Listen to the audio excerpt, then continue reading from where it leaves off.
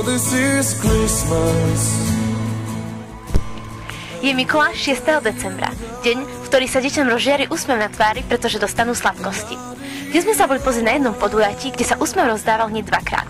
Bola to mikulášska akcia pre deti z detských domovov, ktorú organizoval Úsmev ako dar.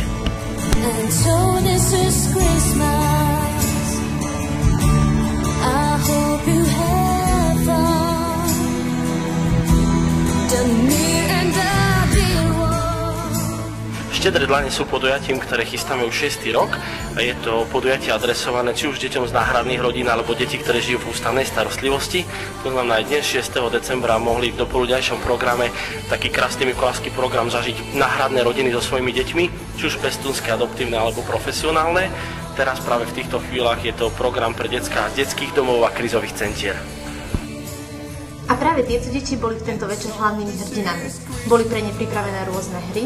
Moderátori Aniel a Čet vyskúšali deti nie len z ich slovnej zásoby, ale overili si aj ich schopnosť udržiavať rovnováhu so sťaženými podmienkami a bez pomoci rúk museli zjesť celý krajec chleba na tretín talov.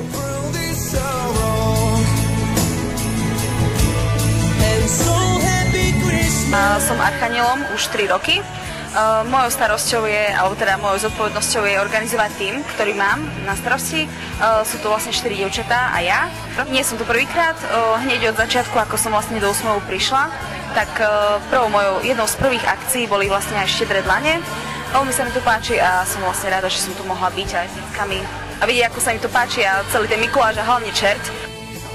Počas súťaží, ktoré deti absolvovali, im Úsmev ako dar pripravil aj hudobné prestávky v podobe tanečno-speváckych vystúpení Anny Gaj, tanečnej skupiny Grimmy a Michala Chrenka.